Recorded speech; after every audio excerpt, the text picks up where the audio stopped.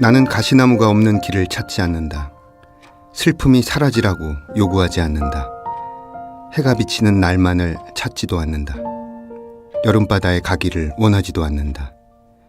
햇빛 비치는 영원한 낮만으로는 대지의 초록은 시들고 만다. 사무엘 엘마넷이 인생의 선물 한 대목을 읽어드렸습니다. 계절과 계절 사이를 오가는 동안 우리들은 뜨거운 사랑을 했고 그리고 서글픈 이별도 했습니다. 혹시 꽃잎이 떨어진 자리를 유심히 보신 적이 있으신지요? 나무는 꽃잎을 틔우기 위해 보이지 않는 시간을, 보이지 않는 바람을, 보이지 않는 햇살을, 그리고 벌레의 숨들을 제 몸으로 받아들였을 겁니다. 나무가 꽃잎을 밀어내는 동안 꽃이 진 자리엔 조금 더 동그랗고 단단한 흉터들이 남아있을 겁니다. 한번 베인 자리를 쳐다보기만 해도 울컥할 때도 있지만 너무 슬퍼하지 않아도 될 것 같습니다. 꽃잎이 한없이 시들었던 날들과 슬픔마저 아득하게 그리워질 날들이 가끔씩 찾아올지도 모르겠습니다. 여기는 문학라디오 헤이수의 문장의 소리입니다. 거리의 사람들 바람 따라 흐르면 서성이듯 혼자서 기다리고 날 부르는 기억에 흔들리는 땅콩이 사람들 사라졌네. 난 속에 퍼져서 울 것 같아서 한참 눈 감고 잊혀져가는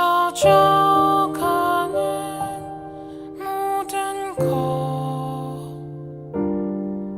당연한 건가요?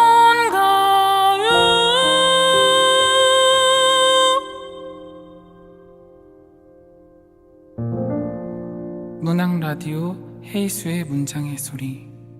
네, 안녕하세요. 저는 진행을 맡은 소설가 헤이수입니다. 오늘 문장의 소리 작가의 방에는 김솔 소설가님을 모셨습니다. 어서 오세요. 반갑습니다. 안녕하세요. 소설 쓰는 김솔입니다. 불러주셔서 감사합니다. 네, 이렇게 스튜디오에 찾아와 주셔서 진심으로 기쁘고요. 김솔 소설가님에 대해서 짧게 소개해드리면 2012년 한국일보 신춘문예로 데뷔를 하셨고요. 소설집 암스테르담 가라지 세일 2번째, 망상어가 있습니다. 그 다음에 장편 소설로는 너도 밤나무 바이러스, 보편적 정신, 마카로니 프로젝트를 출간하셨습니다. 네, 작년 10월 너도 밤나무 바이러스에 이어서 올해 2편의 장편 소설 보편적 정신과 마카로니 프로젝트를 거의 2달 간격으로 출간하셨어요. 지금 3권의 장편 소설을 사실 출간하신 셈인데 올해 출간하신 이 보편적 정신과 마카로니 프로젝트의 줄거리를 좀 간략하게 소개해 주실 수 있으세요? 저도 이걸 쓰기만 했지 읽어보질 못해가지고 잘 기억이 안 나는데요. 일단 뭐 보편적 정신은 페인트 회사의 100년 역사를 한쪽에서는 회사와 한쪽에서는 창업주 집안과의 그 이야기를 좀 직조해서 쓴 소설입니다. 그리고 마카로니 프로젝트는 이탈리아에 있는 무기공장의 폐쇄 이후에 일어나는 그 직원들과 주변 사람들의 사건들을 좀 장황하게 썼습니다. 장편 소설을 2권이나 출간한 지금 문단에서 가장 성실하고 바쁘고 또 주목받는 소설가 중 한 분이 아닐까 하는 생각이 드는데요. 소설가님 출간 뒤에 어떻게 지내셨습니까? 저는 그 성실하고 바쁘고 또 주목받는 소설가는 아닌데도 잘 지내고 있습니다. 출간하고 나서 뭐 여러 가지 인터뷰도 좀 했고요. 그런데 이제 인터뷰가 다 끝나고 나니까 지금은 좀 한없이 고요하게 잘 일상생활 잘 하고 있습니다. 그리고 또 다음에 출간할 책들을 궁리하면서 시간을 보내고 있습니다. 네. 소설가들이 간혹 주고받는 이야기가 있는데요. 그 장편을 집필하고 나면 그 이전과는 다른 사람이 된다고 하거든요. 그래서 다시 말하면 장편 집필 전과 후에 인간의 형질이 바뀐다. 뭐 이런 뜻인데 그 두 권을 출간하신 후 전과 비교해서 어떤 달라진 점들이 있습니까? 갑작스러운 질문이라서 저도 대답을 좀 생각해 봐야겠는데요. 네. 일단 악화된 것 같습니다. 더 제가 생각했던 것보다 더 형편없는 작가라는 생각을 두 권을 쓰고 나서 좀 더 절실하게 느꼈고요. 네. 또 앞으로 쓸 책들에 대해서도 좀 더 신경을 써야겠다는 생각만 하고 있습니다. 네. 보편적 정신의 작가 후기의 맨 마지막 문장을 보니까 그 인간은 고독할 때 잠시 순수해진다라고 마무리를 하셨는데 그 저는 이 문장을 보면서 그 집필 기간 동안의 고독을 엿볼 수 있었어요. 그래서 어떻게 실제로 굉장히 고독한 가운데에서 집필을 하셨는지 아니면 즐거움 속에서 하셨는지. 제가 글을 쓸 때는 집필실이 따로 있는 게 아니고 집에 있는 그 마루에 있는 그 테이블 위에서 글을 쓰고 있습니다. 밤에 시간이 나면 좀 쓰고 있는데 글을 쓰는 시간은 정말 황홀한 시간이고요. 네. 그 황홀함이 고독하든지 아니면 더 슬프든지 간에 저한테는 상당히 소중한 시간이고요. 그래서 그 시간을 겪고 나면 무슨 샤워를 한 느낌이라든지 그런 느낌이 들어서 정말 신기한 경험을 하고 있습니다. 네. 그 조금 전 소개해드린 그 두 작품 모두 외국이 무대입니다. 또 등장인물들도 다 거의 외국인이에요. 그래서 이 김소월 작가님이 추구하는 어떤 작품의 공간이라든지 인물, 그 한국이라든지 한국인이 나오지는 않지만 한국어로 쓰인 한국문학 뭐 이런 식으로 정의를 할 수 있는데 그 이전의 단편들 암스테르담 가레지 세일 두 번째라든지 피커딜리 서커스 근처에도 이런 부분들이 보이거든요. 그래서 보통의 한국 작가들과는 다른 지점이고 일종의 파격으로 보일 수도 있을 것 같습니다. 이 부분에 어떤 작가 의도가 있으신지요? 처음 글을 쓸 때는 이렇게까지 파격적으로 갈 계획이나 어떤 의도는 없었습니다. 글을 쓰다 보니까 제 한계를 많이 느꼈고요. 그리고 훌륭한 동료 작가나 선후배 작가들 사이에서 제가 스스로 고유성을 지니기 위해서는 어떤 특별한 장치 또는 그 환경을 만들어야겠다고 스스로 생각을 했고요.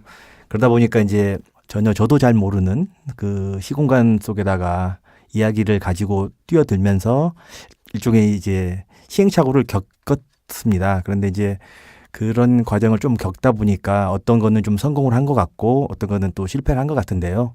나름 성공한 것들에 대한 걸 좀 들여다 보니까 물론 이제 제가 스스로 생각했던 건 아니고 눈 밝은 그 독자분들이나 평론가들 입을 빌려서 좀 제가 스스로 좀 정리해 보니까 그런 시도를 겪다 보니까 이제 시공간에 대한 편견이나 지식에 상관없이 모든 독자들이 그 이야기에 뛰어들었다가 그 이야기 끝에서는 각자의 시공간으로 돌아가서 자기 상황과 자기 이야기로 변주해서 듣는 거를 제가 몇 번 목격을 했습니다. 네네. 그러면서 실패하지만은 않은 시도였구나 생각하고 있고요. 뭐 그것밖에 제가 할 수 있는 다른 방법이 없어서 그렇게 한번 시도를 하고 있고요.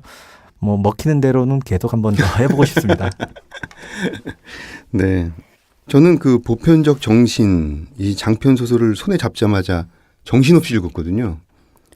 그 텔링 기법을 사용하고 있고 그 이야기가 굼실굼실 종횡무진으로 사실 진행됩니다. 근데 책을 읽으면서 제가 든 생각이 혹시 작가님의 독서 이력에 그 마르케스나 보르헤스의 저서가 있는지 궁금해졌어요. 어떻습니까? 보르헤스와 마르케스는 뭐 제가 나오는 국내 출간된 작품들은 뭐 거의 다 보유는 하고 있고요. 다 읽지는 못했고 읽는다고 해서 다 이해할 수 있는 건 아니지만 계속 제 앞에 두고 지금 계속 수련을 하고 있는 상황입니다. 그래서 그분들을 뛰어넘자기보다는 그분들이 남긴 그림자나 유산들을 어떻게 좀 더 활용할 것인지에 대해서 좀 고민하고 있습니다. 이 마카로니 프로젝트는 그러니까 공장 폐쇄 이후에 구조조정 프로젝트잖아요. 그 한국 사회에도 곳곳에서 지금 전부터 구조조정이 일어나고 있는데 소설을 보면은 공장 폐쇄 이후에 본사의 개입이라든지 갈등, 파업, 분노, 파멸 이런 것들이 굉장히 세밀하게 현장감 있게 표현되고 있습니다. 구조조정이라는 것을 사실 중심 소재로 끌어오기가 쉽지 않거든요. 네. 어떻게 이런 구조조정 과정을 소설로 끌어왔는지 어떤 현실의 영향이 있었던 걸까요? 제가 생각했을 때는 한 인간이 세상을 바꾸거나 환경을 바꾸는 건 어렵습니다. 그런데 환경이 한 인간을 파괴하거나 바꾸는 거는 쉽습니다. 근데 인간이 만든 재앙이 아니고서 인간이 만든 가장 큰 재앙 중에 하나가 아마 구조조정과 같은 아주 폭력적인 상황일 겁니다. 그런 상황을 가정해 놓고 한 인간들이 또는 여러 인간들이 각자의 생각대로 각자의 그 습성대로 반응할 것이 분명하기 때문에 그게 설령 이 나라 아니면 현재에 일어난 일이 아니더라도 그건 언제든지 반복돼서 일어날 수 있을 것 같고요.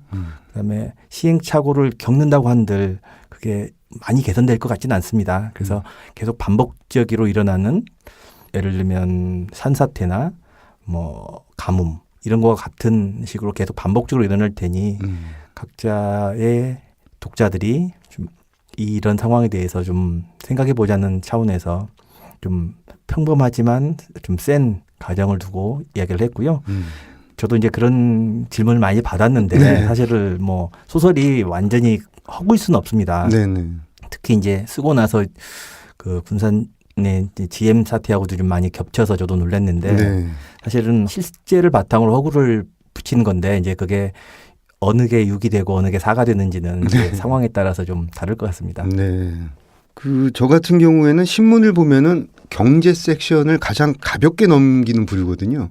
그래서 심하게 말하면 왜 문화면을 읽기 위해서 경제면을 깔고 앉는, 네, 엉덩이에 깔고 앉는 그런 경우도 있는데 이 작품들을 읽다 보니까 세계 경제와 세계 사회에 대해서 상당히 해박하다는 인상을 받았어요. 그래서 어떤 재미있는 이야기 속에서 지식과 교양을 동시에 맛보는 지적 유희가 저는 개인적으로 느껴졌습니다. 어떻게 신문이나 미디어에서 이 세계 경제와 세계 사회에 관심이 좀 많으신지요? 저도 경제면은 읽지 않고요. 그 세계 쪽하고 그다음에 이제 문화 쪽을 가장 많이 신문에서 읽고요. 아까 말씀드린 거하고 좀 중복될 수 있을 것 같습니다만 한 국가와 한 사회에 일어나는 일들은 사뭇 그 지역에 한정되어 있는 거라고는 생각하지 않습니다. 그래서 언제든지 다른 지역에서 동시대가 아니더라도 또 반복적으로 일어날 수 있다고 저는 생각하고 있기 때문에 그거를 좀 착안해가지고 신문에서나 아니면 책에서 독서에서 얻는 정보들을 그렇게 좀 활용하려고 노력하고 있습니다. 네. 이 소설에서 보면은 그 유럽인들에 대한 묘사가 굉장히 많습니다. 뭐 예를 들면은 뭐 전형적인 네덜란드 사람과는 달리 그의 피부는 검고 짧은 고수머리를 하고 있다라든지 그 어떤 유럽이라든지 유럽에 대해서 굉장히 잘 알고 계시다는 느낌이 들어요. 우리 구성 작가가 저한테 혹시 진짜 유럽 토박이가 아닐까요? 라고 의심을 할 정도로 굉장히 그 유럽 문화라든지 어떤 그들의 생활을 잘 알고 있다라는 판단이 드는데 이런 표현은 어떻게 가능한 걸까요? 그 오래 사셨다든지. 제가 지금 회사를 다니면서 이제 글을 쓰고 있는데요. 네. 기회가 있어서 회사에서 4년 동안 그 유럽 벨기에 주재원으로 근무한 적이 있습니다. 그래서 이제 아무래도 그런 경험을 외국 사람들도 좀 자주 만나고 생활도 좀 그렇게 했지만 결국 책에 나오는 모든 그 내용들이나 스토리들은 어떻게 보면 한국 사람이 한국어를 가지고 한국적인 생각을 해서 만들어낸 이야기에 불과합니다. 사실은. 그래서 아마 이제 외국 특히 이제 유럽 사람들이 제 소설을 만약에 읽는다면 네네.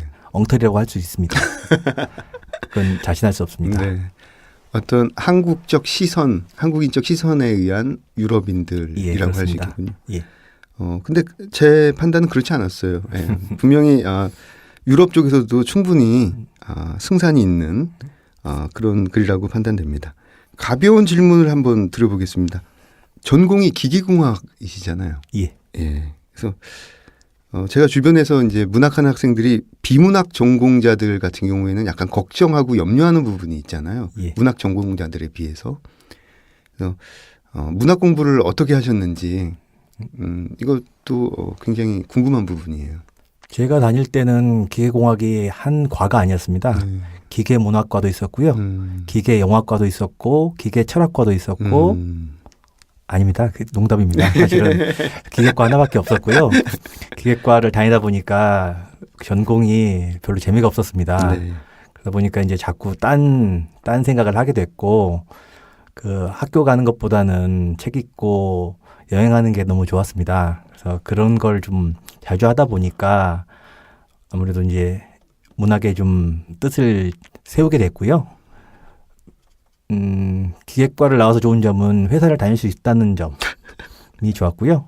또 하나는 독자들이 좀 괴로우실지 모르겠지만 제가 쓰고 싶은 글을 뭐 밥벌이와 너무 신경 쓰지 않고 쓸 수 있다는 뭐 그 점은 있는 것 같고요. 네. 그거는 뭐 제가 잘해서 된 건 아니고 정말 운과 운이 겹쳐서 네. 얻은 결과일 것 같습니다. 네. 아니 이 문학이 아닌 그 다른 학문, 그러니까 이공 계열이라고 해야 되나요? 그들에게 특별하게 강한 어떤 메커니즘이라든지 알고리즘이라든지 어떤 옵티마이징이라든지 어떤 이런 설계와 어떤 공법 이런 것들이 소설에 좀 유리하게 작용한다고 판단하시나요? 만약에 공학을 배우거나 이제 그러면 좋은 점은 이제 논리적인 사고는 할 수 있을 것 같습니다. 그리고 프로세스나 아니면 이론적인 설명은 해줄 수 있지만 그 이외의 것들은 다 그 블랙박스로 남거든요. 네. 네, 거기에 대한 대답을 찾자고 생각하면 많이 시행착오를 겪을 수밖에 없더라고요. 뭐 이건 제 경험입니다. 이 마카로니 프로젝트를 보면 그 5장 그 파멸의 최종본에 나오는 주석과 초고본이 있지 않습니까? 이 챕터를 통해서 어떤 메시지를 전하고 싶으신지 궁금하다는 게 있습니다. 그 원고는 원래 그 문해지에 연재한 작품입니다. 그 문해지 출판사 쪽에다가 원고를 처음 넘겼을 때는 그게 지금 책에 보면 최종본이라는 그 2장짜리 페이지 2장짜리 정도밖에 안 돼 있었습니다. 네. 근데 이제 그걸 넘기면서 제가 좀 생각을 해보니까 그 비극에 대해서 너무 추상적으로 제가 접근하고 있다는 좀 반성을 했습니다. 아무리 그게 전지적 작가 시점이든지 어떤 제 3의 눈으로 본다고 한들 분명히 비극이 벌어지고 있는데 너무 추상적으로 마치 제 일이 아닌 것처럼 서술하고 있는 것 같다는 반성을 했고요. 그래서 이제 그걸 다시 어떻게 좀 감정에 치우치지 않고 정확히 좀 그 비극적인 상황을 정말 묘사해보고 싶었습니다. 그러자 보니까 생각한 게 그 작가를 죽음으로 몰아서 네. 그 작가 자체가 비극을 안고 가는 걸로 하고요. 네. 그다음에 그 작가가 남긴 마지막 부채감이라고 할까요? 그거를 좀 덤덤하게 묘사하고 싶어서 일단 그렇게 좀 장치를 썼습니다. 네. 그 실제 직장 생활을 하신 지가 지금 한 어느 정도 되십니까? 17년 정도 됐던 것 같습니다. 예. 그래서 그 일단 대개의 소설가들은 이렇게 다른 직업을 갖지 않고 이렇게 글쓰기에 관련된 업무를 하면서 자기 글을 쓰잖아요. 근데 작가님은 직장인이면서 작품 활동도 지금 왕성하게 하고 계신데 어떻게 시간을 만들어내서 쓰시는지 굉장히 궁금해요. 직장 초기에 이제 저도 글에 대해서 좀 생각이 있어서 회사를 그만둘 여러 가지 궁리를 만들고 뭐 네. 시도를 해보지 않은 건 아닙니다. 근데 이제 곰곰이 생각해 보니까 제가 그렇게 열정적인 사람도 아니고 뭐 정의롭거나 아니면 호기심 많은 그런 사람도 아니었습니다. 그 많은 시간들을 글만 써가지고는 제가 인생을 다 채울 수 없을 것 같더라고요.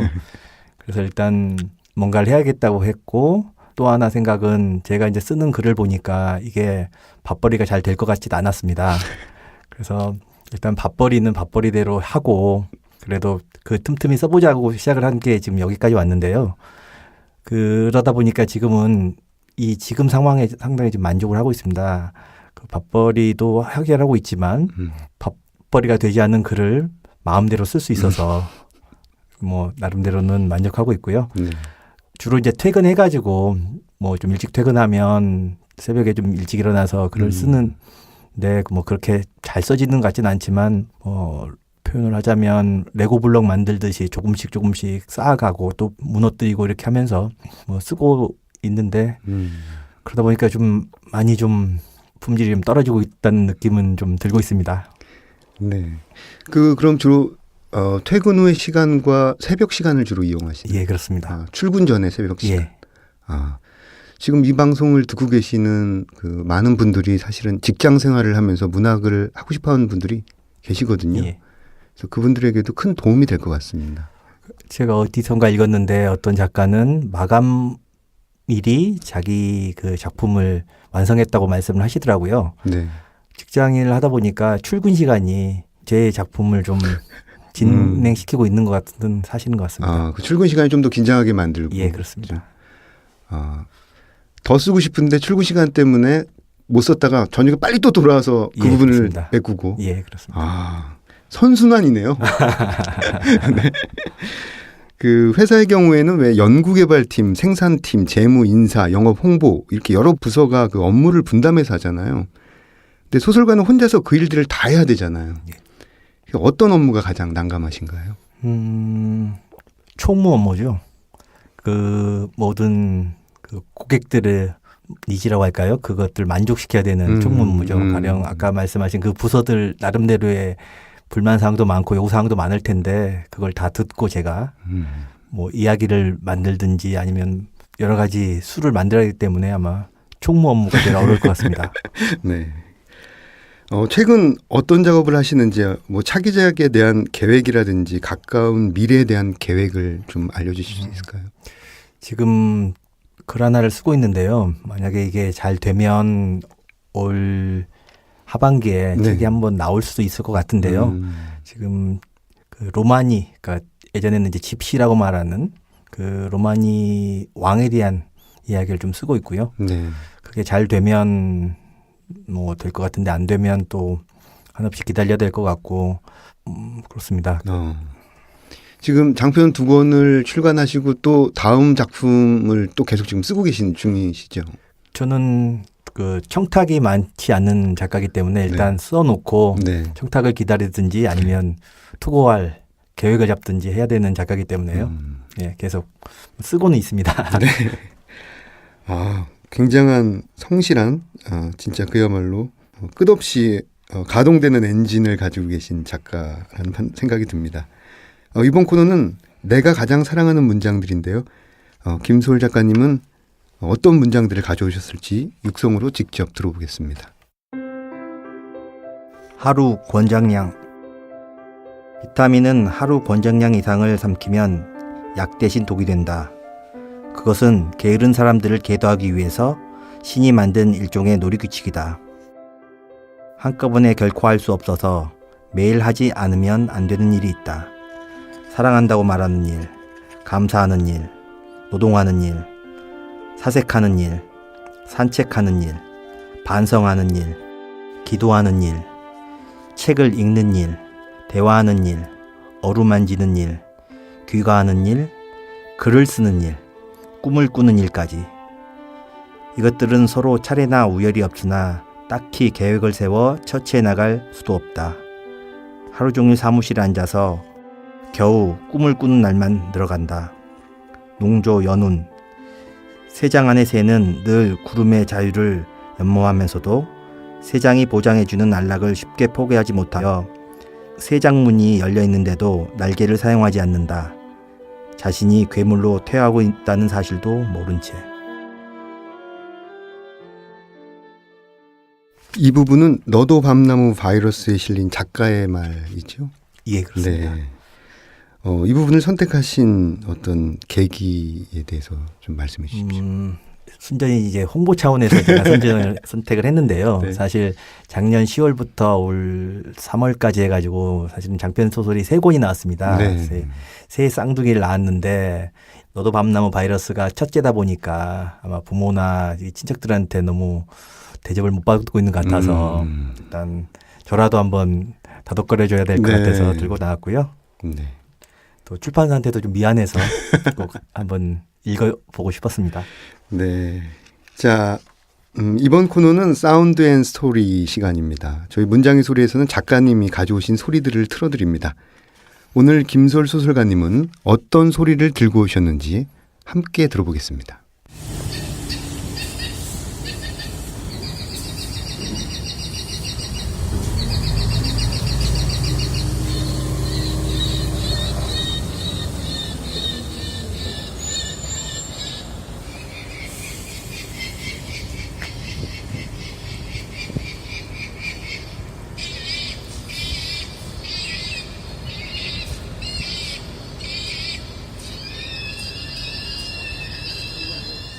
네. 굉장히 광활하면서도 날카롭고 어떤 메아리 치는 그 포스가 좀 장난이 아닌 새소리 같아요. 네, 예. 맞습니다. 예, 예. 예. 좀 구체적으로 좀 설명을 해 주시죠. 그 소리를 듣다 보면 기계 소리하고 새 소리가 같이 들리실 겁니다. 이게 제가 지난주 토요일 날 네. 비바람이 좀 부는 어디 공장 가서 네. 직접 녹음한 건데요. 그 기계 소리는 큰 장비들이 이렇게 움직이는 소리고요. 네. 그 새 소리는 매의 소리라고 합니다. 저도 이제 도시에서 살아서 매의 소리라는 걸 들어보고 산 적이 없는데 네. 그 매의 소리를 그 공장에서는 매일 틀고 있습니다. 그래서 그게 궁금해서 물어봤더니 이제 공장에 비둘기들이 이렇게 많이 날라오니까 네, 네. 그것들 쫓아내기 위해서 네. 여러 가지 방법을 썼다고 합니다. 그러다가 이제 결국 발견하는 게 매 소리를 이렇게 틀어가지고 네, 네. 비둘기들이 공장 안에 들어와서 뭐 둥지를 만든다든지 분변을 떨어뜨린다든지 뭐 이런 것들을 방지하기 위해서 한다고 제가 그 이야기를 듣고 네. 좀 새로워서 네. 예, 들고 왔습니다. 굉장히 새롭습니다. 예. 직접 새 소리를 녹음한 건 아니고 아닙니다. 스피커에서 나오는 소리를 녹음하신 컴퓨터로 만들어낸 소리고요. 예. 실제로 매의 소리하고 그게 맞는지는 잘 모르겠습니다만 어떤 효과를 보고 있다고 들었습니다. 굉장히 카랑카랑하면서 예. 어떤 위압감이라든지 그런 것들이 확실히 느껴집니다. 예. 네. 저는 비둘기과라서 그런지 상당히 심장이 콩닥콩닥거리네요. 얘기. 네. 자, 이제 마칠 시간이 되었는데 오늘 어떠셨습니까? 예. 너무 지금 제가 무슨 말 하고 있는지 잘 모르겠고요. 아마 이 방송이 나간 이후로는 전 이 방송을 듣지는 않을 것 같습니다. 그것도 듣고 아는 체 하더라도 절대 제가 아니라고 우길 거고요. 근데 너무 재밌었고요. 또 이렇게 불러주셔서 너무 감사합니다. 네. 저는 개인적으로 보편적 정신을 읽으면서 정말 굉장한 작가가 우리 주변에 있어서 놀라웠고 또 행복했으며 다행이다 싶은 안도감이 들었습니다. 진심으로 김솔 작가의 행보를 주목하겠습니다. 앞으로도 우리에게 더 좋은 작품을 자주 읽게 해주시기 바랍니다. 김솔 소설가님과의 시간을 마치고 저는 2부 책들의 방에서 뵙겠습니다.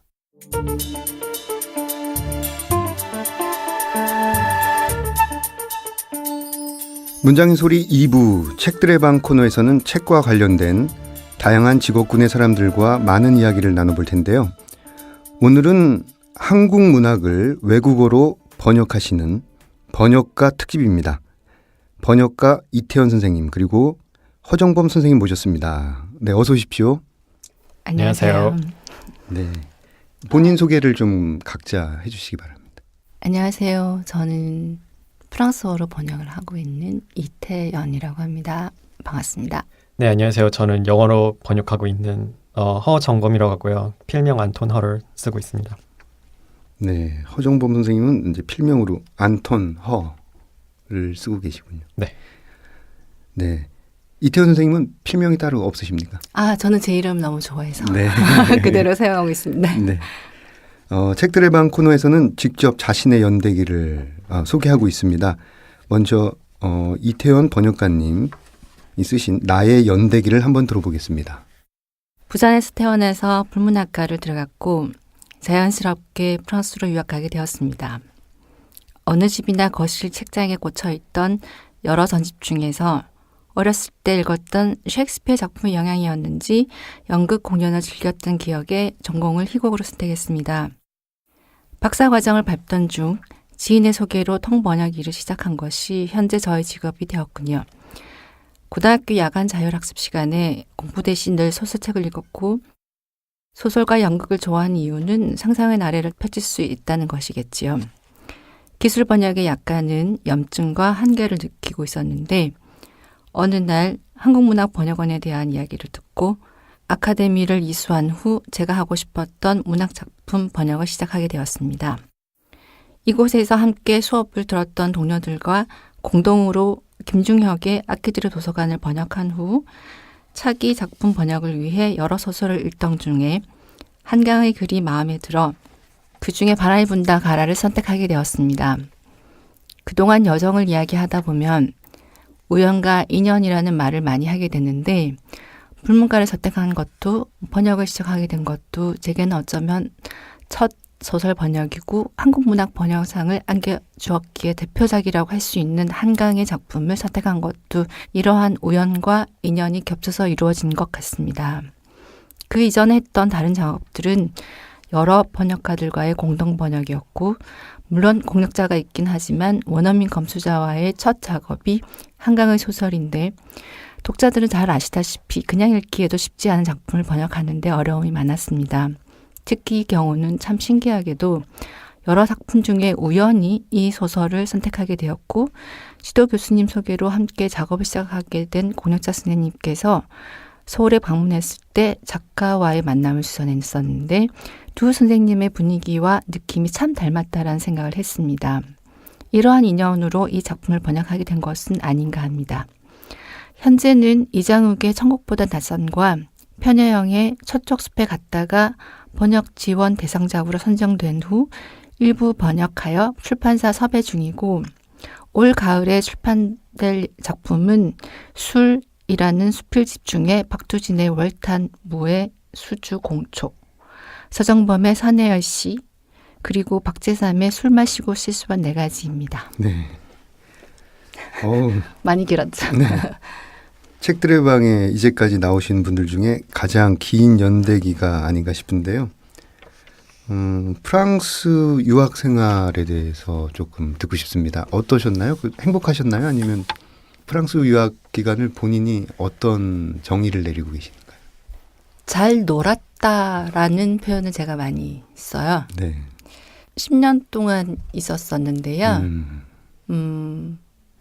부모님 덕분에. 네. 그래서 10년 동안 무슨 공부를 했냐? 그런 이야기를 되게 많이 들어요. 물론 유학을 빙자한 외유였긴 했지만.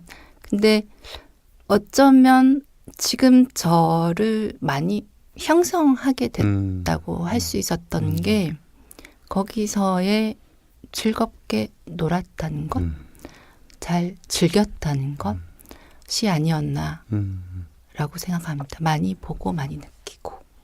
나의 연대 기간에 한국문학번역원 아카데미에서 수업을 들으셨다고 했는데 이 한국문학번역원 아카데미를 모르시는 분들이 굉장히 많지 않습니까? 어떤 수업을 받는지, 한 어느 정도 교육 과정이 있는지 좀 잠깐 설명해 주시죠.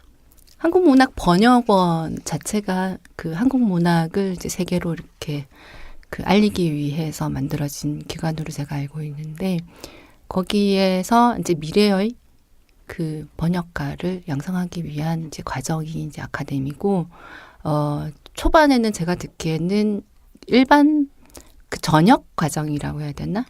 그런 과정만 있었는데 한 7년, 8년 전부터 거의 그 대학원 과정 같은 이제 그 전문 과정으로 하나의 이제 그 아카데미가 만들어졌어요.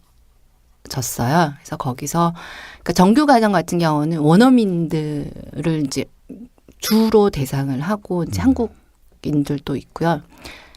거기는 번역 실습뿐만 아니라 원어민들이 많기 때문에 한국 문화, 한국 철학 뭐 이제 그런 거를 다양하게 두루두루 가리키고 일반 과정 같은 경우는 이제 그 특별 과정이 있고 그리고 지금 제가 받고 있는 거는 아틀리에 과정이 있는데 이거는 단편을 이제 선택을 해서 특별 과정 같은 경우는 단편을 선택해서 같이 작업을 해서 학기 말에 번역 작품을 만들어내는 거고 아틀리에 과정은 그 기존 번역가들이 모여서 각자 작업을 하고 있는 작품을 갖고 와서 좀 어려운 부분, 좀 힘든 부분 아니면 이해가 안 가는 부분 물론 이제 그 작가와의 소통이 있긴 하지만 그 토론을 통해서 새로운 솔루션을 만들어 가는 좀 그런 과정이 있고요. 그 무슨 학생들이 지불해야 될 금액이 있습니까?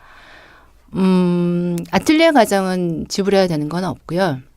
그 일종의 등록금, 그러니까 수업료는 무료이고 1년에 뭐라고 해야죠? 학교에서 육성회비라고 해야 되나요?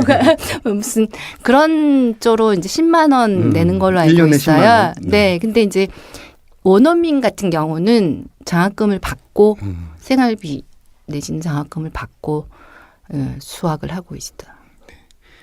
첫 번째 번역하신 작품 본인 홀로 독립 번역을 하신 작품 바람이 분다 가라라는 작품으로 한국문학 번역상을 받으셨어요.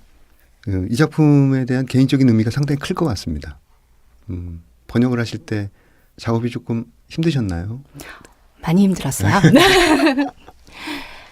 어떻게 보면은 솔로 작업, 물론 이렇게 공역자가 있긴 했지만 의 선택치고는 만만치 않은 작품을 선택을 했죠. 그리고 중간중간에 좀 여러 주변의 이해를 위해서 이렇게 요청을 했을 때도 다들 하시는 말씀들이 어떻게 그런 어려운 작품을 선택을 했니라는 질문들을 굉장히 많이 받았어요. 네. 그리고 잘 아시다시피 내용에 보면 일반적인 어떤 그 픽션, 그러니까 이야기 스토리의 진행뿐만 아니고 그 외의 분야, 과학 분야라든지 그리고 그림도 마찬가지고 그리고 여기 화자 같은 경우는 또 그 연극 대본을 쓴 또 작가이기도 하고 그러니까 어떤 부분에서는 화자와 저를 약간 좀 대입한 좀 그런 느낌도 좀 있었고요. 그러니까 이분이 보면 번역도 하고 글도 쓰시고 하는 부분이 있으니까 그리고 또 저 개인적으로도 그 그림을 굉장히 좋아해서 전시회도 많이 보러 가는 편이거든요. 그래서 한강 작품을 보면 늘 이런 예술이 중요한 소재로서 이렇게 나오더라고요. 그런 면에서도 제가 좀 굉장히 좋아하면서도 또 시적인 표현 좀 그리고 어떤 각 단어 표현마다 이중적인 의미도 굉장히 많고 드러나지 않는 내용들 작가의 의도라든지 그런 것들을 파악하기 위해서 저도 몸부림을 쳤다고 해야 되나 화자랑 비슷한 게 네. 예, 그런 과정을 겪었습니다. 네. 어쨌든 고생하신 만큼 좋은 성과가 있어서 굉장히 다행입니다. 그것이 또 다른 작품들 현재 하고 있는 작업들에게도 큰 영향을 줄 거라고 봅니다. 자, 이어서 허정범 번역가님의 나의 연대기 들어보겠습니다. 네, 안녕하세요. 저는 허정범 번역가라고 하고요. 저도 제 이름이 좋지만 마케팅상 허정범이 영어로 번역이 잘 안 돼요. 그래서 영어 이름 안톤 허를 사용하고 있습니다. 스웨덴에서 태어났고요. 대학에서 법학과 심리학을 이중 전공하고 대학원에서 영문학을 전공했어요. 보통 그 반대로 하죠. 먼저 영문학을 전공한 다음에 법학을 전공하는데 그리고 한국문학번역원에서 제가 무려 6년을 수료했어요. 6년 동안. 제가 최다일 거예요. 아마 아틀리에 과정만 5번 했기 때문에 그리고 실은 방통대에서도 불문과 학사를 또 땄어요. 대학원 나오고 나서 동시통역사로 일하다가 문학번역에 종사하게 됐고 그리고 올해 강경의 작가 단편 선집이 영국 Unfurled Star라는 출판사에서 출간되고요. 신경수 작가님의 리진, 이 미국 페가수스에서 출간됩니다. 다수의 영어권 문예지의 번역물과 에세이를 출간했고요. 가장 최근에 리트로 매거진에 한국 퀴어 문학에 대해서 기사를 냈고요. 5월 초 호주 문예지 코다이트로 영문 시인으로 등단을 했어요. 그리고 지금 이화여자대학교 통번역대학원에서 문학 번역 강의를 하고 있습니다. 네, 허정범님의 나의 연대기를 들어보니까 공부를 굉장히 많이 하시고 또 번역물 또 에세이 또 시인으로 또 등단을 하셨어요. 그래서 지금 또 이화여자대학교 통번역대원에서 또 강의를 하시고 계시고 다재다능하신 분이라는 생각이 듭니다. 근데 문학 번역하면서 살기 위해서는 먹고 살기 위해서는 좀 많은 일을 해야 되는 것 같아요. 네. 여기 아주 특이하게 호주에 있는 문예지 코다이트로 영문 시인으로 등단했다. 그래서 영어로 시를 쓰시는 것이죠? 예. 호주 문예지를 선택하신 이유가 있습니까?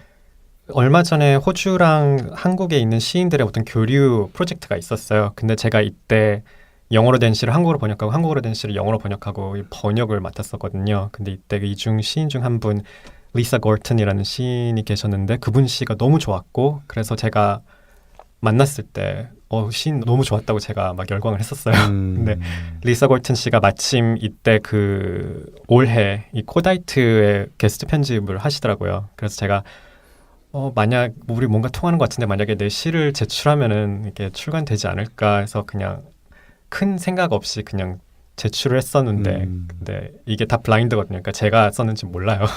네, 에디터는.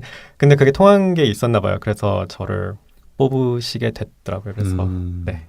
그래서 좋은 어떤 계기를 또 마련하셨군요. 네. 네. 이게 또 영어로 이렇게 글을 쓰는 거에 어떤 특권인 것 같아요. 그러니까 호주 문예지, 영국 문예지, 뭐 영어를 사용하는 나라는 되게 많기 때문에 또 영어 매체가 굉장히 많기 때문에 기회가 되게 많은 것 같아요. 네. 등단작 이외에도 지금 시로 작품 발표를 좀 많이 하고 계신가요? 아니요, 이게 올해 5월 초라서 네, 지금은 열심히 번역 중이고 이제 앞으로 이제 뭐 평생 시를 쓰겠다는 생각으로 이제 계속 써야죠. 네. 네. 두 분께 공통적으로 드리고 싶은 질문이 있습니다. 그 우리나라 작품 중에서 번역 대상 작품을 고를 때 어떤 기준들이 작용하는지 혹은 이제 번역가들이 선호하는 작품이 있다면 어떤 쪽을 선호하는지 먼저 이태원 선생님부터 말씀해 주시죠. 일단은 제가 마음에 들어야 되고요. 그리고 보통 소설 작품 하나를 이제 작업을 할 때 보통 한 1년 정도 소요가 돼요. 그리고 뭐 글 쓰시는 분들이라면 공감을 하시겠지만 완역까지 거의 1년에서 만약에 출판 계약에 대해서 출판을 위해서 다시 이제 그 에디팅을 하는 기간까지 치면은 1년에서 거의 2년을 소요를 하기 때문에 정말 내가 좋아하는 작품이 아니면 참 작업하기 힘들어요. 그리고 아까도 말씀하셨듯이 이렇게 문학 작품을 번역하는 거를 이제 지원을 하시는 번역가 분한테는 좀 그닥 좋지 못한 소식이 될 수 있지만 문학 번역만으로는 사실은 생활하기가 사실은 좀 빠듯하기 때문에 돈을 벌기 위한 게 아니잖아요. 특히 저 같은 경우는 즐거움을 위한 거라서 일단은 제가 즐겁게 읽어야 되고 그리고 조금은 사람들이 저도 왜 그런지 모르겠지만 대부분 너는 참 난해한 작품들을 참 선택을 많이 하는 것 같다라는 이야기를 많이 해요. 근데 그런 것들이 제 성격인 것 같아요. 새로운 거를 좋아하고 도전하는 거를 좋아하고 항상 우리 같은 번역을 하지만 번역 내용들이 항상 다르기 때문에 늘 새로운 일을 하는 그러니까 하나의 완역을 위해서 늘 반복하지만 사실은 항상 다른 거를 반복을 한다라는 그런 의미에서 좀 일단 좋은 책, 재미있는 책. 항상 이렇게 재미가 또 들어가는 것 같아요. 저의 삶에. 네. 네. 재미있는 작품. 그러나 우리가 보기엔 난해한 작품. 어떤 그런 부분들을 선호하시는 듯합니다. 허정범님은 어떠십니까? 저는 이태원 선생님하고 굉장히 공감이 가는 게 방금 하신 말씀이 제가 좋아해야 돼요. 근데 무엇을 좋아하느냐 이거의 문제로는 이제 넘어가게 되는데 저는 이 질문을 받을 때마다 어떻게 대답을 하냐면 제가 읽었을 때 영어가 들리는 작품이 있어요. 그래서 영어가 들리는 작품이어야 한다. 영어는 국문하고 가장 큰 차이점이 뭐냐면 영어는 되게 그 문체가 구어체랑 굉장히 비슷해요. 근데 국문은 이 구어체와 문어체의 이 그 괴리가 좀 더 큰 것 같아요. 네. 그래서 그게 아무래도 뭐 한자 문화 때문에 한문으로 이렇게 글을 쓰다가 한글로 바뀐 지 얼마 안 돼서 이런 건지 자세히는 잘 모르겠는데, 그때 예를 들어 뭐 이렇게 서술어의 끝이 뭐 뭐뭐 했다 뭐뭐 했다, 우리가 말로는 생활할 때 말로는 그런 표현을 사용하지 않잖아요. 근데 글로만 볼 수 있는 표현들이 되게 많아요. 근데 요즘 또 젊은 국문 작가들을 보면은 해외 영향을 많이 받아서인지 그런 이제 뭐뭐 했어 뭐뭐 했어요 이렇게 좀 더 일상생활에 친근한 그런 언어를 사용하는 것 같아요. 좀 구어체적인 문장을 더 많이 사용하는 것 같아요. 그래서 알게 모르게 좀 그런 쪽으로, 영미 번역가들은 그래요. 알게 모르게 그런 쪽으로 좀 이렇게 넘어가는 것 같아요. 이렇게 읽었을 때 뭔가 친근함이 느껴지고 사람이 말하는 것처럼 이렇게 들리는, narrator가 narrate를 한다라는 그런 느낌을 받는 그런 글을 좀 선호하게 되는 것 같아요.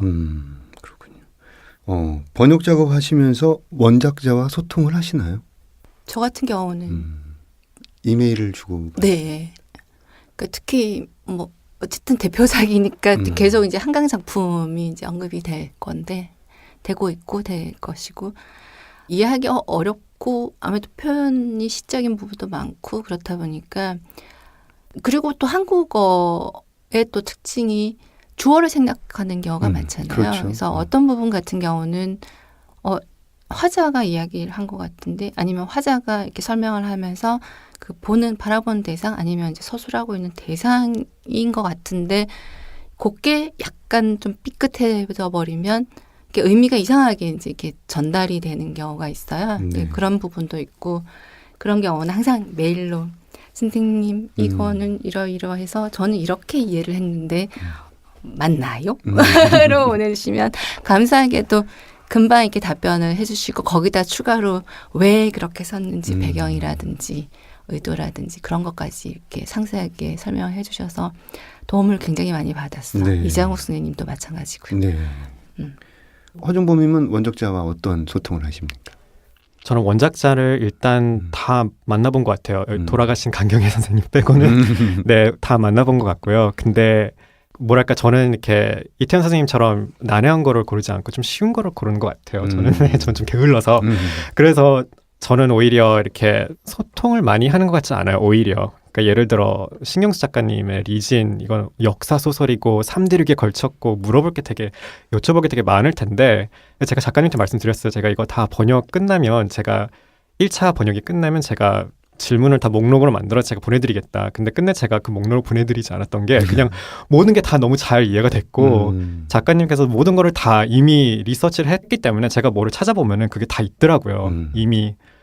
그래서 뭐 굉장히 번역가로서는 굉장히 어떤 편한 번역이었고요. 시는 좀 다른 것 같아요. 그래서 김원 시인의 작품을 번역하면은, 저는 제가 이거 이해했다고 생각했는데 김원 시인도 영어를 하시잖아요. 그러니까 그래서 딱 다시 받았는데 이게 아닌 것 같아요. 이런 게 되게 많아요. 아까 주어 말씀하셨는데 선생님께서, 근데 주어 문제가 되게 많았었고, 뭐 이렇게 성별이 모호할 때가 있죠. 남동생인지 여동생인지 그런 걸 잘, 네, 영어에서는 brother, sister 그 명확하게 명시를 해야 되는데, 그래서 그런 것 때문에 그쪽 시는 좀 다른 것 같아요. 이 번역 작업 중 가장 보람을 느낄 때, 또 가장 힘들 때가 있다면 어떤 때가 될까요? 가장 보람을 느낄 때는 아무래도 결과물이 딱 손에 딱 들어왔을 때, 이렇게 말하자면 책으로 나왔을 때, 그때 저희 공역자랑 했던 말이 우리 베이비가 곧 나온다고. 저희들도 어떻게 보면 이렇게 산딸 10개월이 아니고 훨씬 더 긴 산딸을 보냈지만, 우리의 그 결과물이 나왔을 때가 아무래도 가장 보람을 느낄 때죠. 근데 이제 중간중간은 아무래도 번역을 하다가 되게 좀 애매한 표현, 아니면 좀 힘든 표현, 아니면 그 문화적 차이로 인해서 좀 비슷한 상황이지만 특별히 프랑스에서는 이렇게 쓸 것이다라고 했을 때, 저는 공역자가 있어서 그분의 도움을 많이 받긴 하지만 저 나름대로 굉장히 찾아가지고 가까운 표현을 했는데 이거 괜찮네라고 받아들였을 때 또 굉장히 보람을 많이 느끼고요. 그 정확한 의미의 관역을 딱 맞춘 기분이잖아요. 네, 그렇죠. 허정범님 어떠십니까? 네, 저는 좀 이상하게 느낄 수가 있는데요. 전 가장 보람될 때가 언제냐면 그 번역권을 딸 때가 가장 저는 보람이.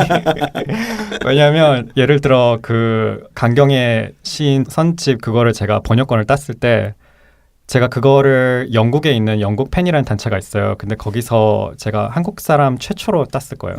한국 번역가는 두 번째 데보라 스미스 다음으로. 근데 한국 사람 최초로 그걸 따서 저는 그때 그 막 뭐랄까 그 validation 그 느낌이 막 너무 좋아서 번역은 정말 일사천리로 다 끝내버린 것 같고 신경수 작가님 경우에는 그 정말 최고의 번역가들만 받으셨잖아요. 예를 들어 뭐 김지영 선생님이라든지 정화연 선생님이라든지 뭐 소라 킴 러셀이라든지 최고의 번역가만 거치신 작가인데 그게 저한테 왔을 때 제가 그걸 굉장히 정말 열심히 로비를 하고 열심히 샘플 번역을 하고 정말 열심히 어필을 하고 그 과정이 있거든요. 네. 그러니까 굉장히 경쟁이 치열해요.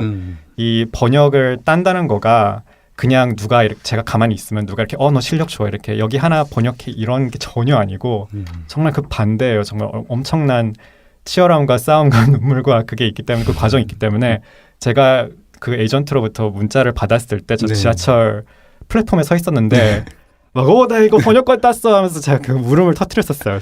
진짜 그날. 울음을 터뜨렸습니다. 예, 그러니까 그 정도로 되게 드라마틱하고 되게 힘든 과정이에요. 그 번역을 할 권리를 딴다는 것 자체가 그게 가장 보람이 깊어요. 나 번역권 땄어를 스웨덴어로 하셨습니까? 영어로 하셨습니까? 아니면 불어로 하셨습니까? 제가 미국 사람이랑 결혼해서 예. 배우자분이 저기 서 있었기 때문에 제가 영어로 I got reason. You got I got reason. 그러셨군요. 어떻게 보면은 이거랑 연결이 되는 게 있는데 이제 그 힘들 때라고 하면 그 번역을 하는 게 특히 이제 신인의 경우는 쉽진 않거든요. 그래서 그렇다 보니까 아무래도 이제 그 어떻게 보면은 이게 신인 이제 번역가들의 등용문이라고 할 수 있는 게 이런 그 한국문학번역원하고 이제 대산문화재단에서 하는 이제 한국번역 지원금인데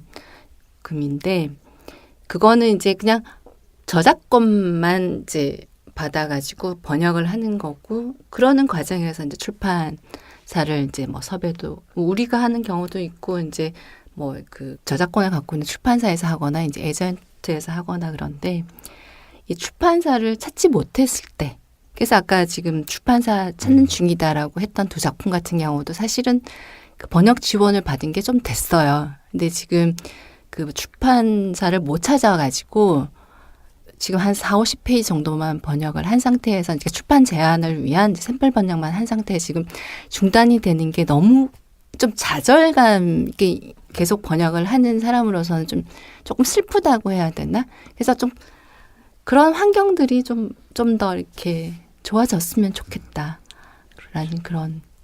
저도 그런 샘플 내기 있고요. 저희는 영어 번역가들은 어떻게 했냐면 스모킹 타이거스라고 아예 그룹을 만들어서 그리고 그 네트워크를 구축하고 영국 문학 번역원에서 저희가 네트워크를 구축하고 사이트를 만들고 저희 명함처럼 이렇게 사이트를 이렇게 번역가들을 다 소개하는 사이트 그리고 저희가 가지고 있는 샘플을 다 소개하는 사이트 출판사를 위한 사이트를 따로 만들었어요. 저희가. 그러니까 물론 한국문학번역원도 열심히 일하고 있고 에이전트들도 열심히 일하고 있지만 우리 번역가들도 그냥 발벗고 나서서 우리 샘플을 팔아야 된다라는 네. 생각으로 그래서 이게 근데 굉장히 많은 시간과 노력과 스트레스를 유발하는 그 일이기 때문에 네, 그 부분이 가장 힘든 것 같아요. 소중한 말씀 정말 감사합니다. 오늘 1부를 마쳐야 될 시간이 벌써 왔습니다. 얘기를 나누다 보니까 마쳐야 될 시간이 왔는데 다음 2부가 있으니까요. 이태원 번역가님, 허정범 번역가님 문장의 소리에 첫 출연하셨는데 일단 소감이 좀 어떠신지요? 간략하게만 말씀해 주시기 바랍니다. 네. 정말 초대해 줘서 너무 감사합니다. 저희는 번역가라서 숨겨져 있잖아요. 네. 그래서 이렇게 가끔씩 이렇게 밖으로 나오는 게 너무 무섭고 근데 새롭고 재밌고 그리고 엄청난 영광이기도 하고요. 왜냐하면 저희가 번역가로서 첫 출연이라고 들었거든요. 네. 그래서 엄청난 영광이고요. 정말 저희를 이 자리에 초대해 주셔서 감사드립니다. 네. 어떻게 보면 또 이렇게 번역원에서 추천을 해주고 초대받았다는 게 그동안 또 열심히 일했다는 거에 대한 좀 약간 보답했다는 느낌 들고 초대해 주셔서 감사합니다. 네. 문학 라디오 문장의 소리, 지금까지 저는 헤이스였고요. 다음 시간에 찾아뵙겠습니다. 이어서 첫 책 소개가 있겠습니다. 감사합니다.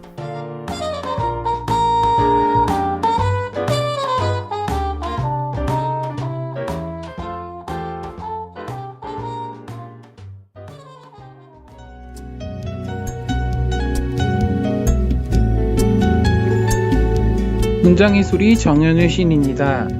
오늘은 에세이집 어머니 아버님 저예요를 출간한 김경숙 수필가님과 함께 하겠습니다. 안녕하세요. 안녕하세요. 김경숙입니다. 저는 현재 경기수필가협회 사무국장이고요. 사이버 대학에서 노인복지를 공부하고 있습니다. 시어머니, 시아버님이 치매셨는데 두 분을 모시면서 제 달란트가 뭐라는 걸 확실하게 알았어요. 언제부터 그렇게 모신 건가요? 저도 남편도 사별을 한 사람들이고요. 재혼을 했습니다. 파도라고 하는 파도, 인생의 파도는 뭐 거의 뭐 다 겪어봤다라고 할 수 있는데 나머지 우리 삶에 우리가 공을 들여보자. 우리가 한번 해보자. 부모님 모셔보자. 이제 그랬죠. 그러니까 사람이 나이가 들면 다시 아기로 된다는 말이 있잖아요. 치매 노인이나 아니면 이렇게 점점 나이 드신 분들을 케어하다 보면 되게 많은 생각이 들 것 같아요. 맞아요. 정말 악이에요. 정말 악이고 아이들도 누가 자기에게 잘하는지 못하는지 본능적으로 알듯이 저희 시어머니는 굉장히 그 중증 치매이셨어요. 그런데 자식들이 많이 있고 이제 명절날 오고 특별한 날 요렇게 와도 제 치마꼬리만 붙잡고 다니셨거든요. 그러니까 그 본능적으로 그분들이 아는 게 가장 그 치매셔서 이렇게 정신이 없으셔도 우리 부부가 싸운다라든가 그러면 정신이 들어오세요. 그러니까 제가 엄마였죠. 다른 자식들은 아무도 안 보여요. 그 중에 가장 이제 왜 그분들이 말 같은 거 하면은 모를 것 같은데 천만에죠. 같이 공감해주고 이렇게 하면은 웃기도 하고 쓰다듬어 주기도 하고 이렇게 정신도 잠깐 돌아왔다가 이렇게 하면서 굉장히 좋아지시죠. 진짜 아기에 진짜. 그 첫 책을 준비하시면서 힘드신 것은 없었나요? 이 책이 나온 지는 좀 시간은 좀 됐고요. 그 뭐 출판을 하는 것이 뭐 상고에 비유하기도 하는데 정말 그 책 한 권 낸다라는 게 얼마나 어렵다라는 것을 뼈저리게 표현이 좀 그러는데 정말 힘들더라고요. 그냥 우리가 읽기는 수월하게 이렇게 남의 책들 이렇게 보는데 그걸 이렇게 출판하기까지 얼마의 노고가 있었을지 막상 내보니까 알겠더라고요.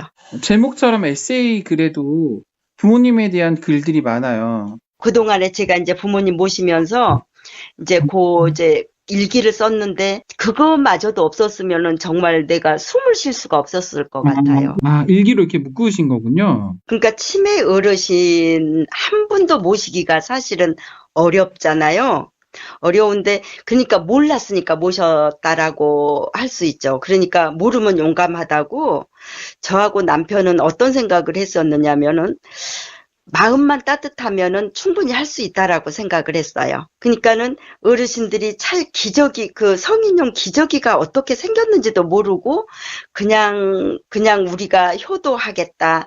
정말 노점이라도 해서 이렇게 하겠다.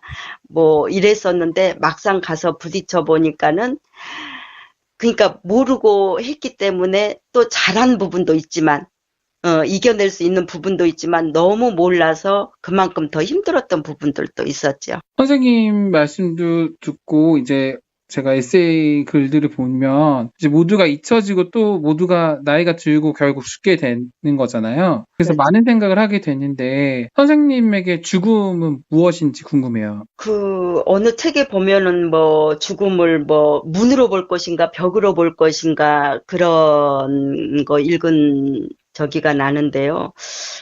죽음? 저는 지금 이렇게 나이 먹어가는 게 너무 좋아요. 왜냐하면 어떤 끝이 보이는 것 같기도 하고 지금 현재가 가장 저는 좋거든요. 이렇게 나이 먹어가면서 뭔가 좀 이렇게 포기할 것들은 하고 안정도 되고 그러는데 죽음 전혀 두렵지 않고 오히려 포기를 하면서 안정이 되는 거군요. 선생님한테는. 그럴 수도 있죠. 네네. 에세이를 오랫동안 써오신 걸로 알고 있는데 시와 소설과 또 다르게 에세이만의 매력이 있다면 어떤 게 있을까요? 그러니까 이제 그 중간이라고 볼 수 있는 거잖아요. 그 에세이가. 이걸 길게 하면은 소설이 되고 이걸 그 압축을 하면은 시가 될 수가 있겠는데요. 저도 이제 뭐 시도 쓰고 이렇게 해보고 싶은데 아직은 이제 하고 싶은 얘기들이 많아서 그래서 어떤 내 얘기들이 이렇게 속에서 내내 막 쌓여있던 것을 풀어내고 싶고 그러자고 하면은 이 수필이 가장 적합할 것 같아요. 마지막으로 김경숙 수필가님의 무릎 꿇은 어머니 들으며 인터뷰 마치도록 하겠습니다.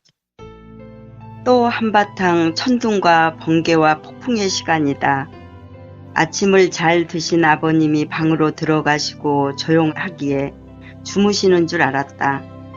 아버님은 밤에는 주무시지 않고 낮에는 한밤중처럼 곤하게 주무신다. 그런데 주무시지 않고 무엇인가를 골똘히 생각하셨는지 녹이 띈 표정으로 지팡이를 들고 부엌으로 나오신다. 그러더니 지팡이를 치켜들고 네가 누군데 여기 있느냐. 네 아들 셋을 몽땅 데리고 당장 나가거라 당장 하시며 이를 앙다물고 때리려고 하신다. 어머니가 우우우 하며 안절부절 어찌할 바를 몰라 하신다. 며칠 전에도 정신이 돌아온 아버님은 네 아들이 하나지? 그런데 왜 셋이라는 생각이 들지? 라고 하셨다. 아버님이 환자이시니 이해하자고 자신을 아무리 다독여도 모욕감에 나는 눈물이 난다. 내가 식탁 의자에 앉아서 운다. 불안해진 어머니가 입을 달싹거리며 당신 손이 닿는 대로 내 머리며 얼굴이며 등을 쓰다듬으며 중얼중얼 위로를 하신다. 어머니의 이 위로의 손길은 나와 어머니만 아는 감정이다. 불안해하시는 어머니를 안심시켜야겠기에 눈에 그렁그렁 눈물을 담고 그러나 목소리는 밝고 웃음기 띤 얼굴로 어머니 제가 집 나갈까봐 불안하시지요? 라고 하자 고개를 크게 끄덕이신다. 어머니 제가 집 나가지 않을 거니까 아리랑 노래 좀 불러주세요 라고 하자 며느리 말이 끝나기가 무섭게 어머니는 며느리 발짓 끝에 무릎을 꿇는다. 그리고 당신 무릎 위에 두 손을 다소곳이 올리고 무심한 표정으로 아리랑을 부른다. 아리랑 외에 다른 가사는 빠진 이 사이로 모두 사라진다. 어머니 무릎에 눈물이 후두둑 떨어진다. 며느리가 주문하지 않았는데 2절을 부르신다. 며느리는 의자에 앉아 울고 엄마가 자신을 남겨두고 집을 나갈지도 모른다는 불안감에 어머니는 며느리 발 밑에 무릎 꿇고 앉아서 운다.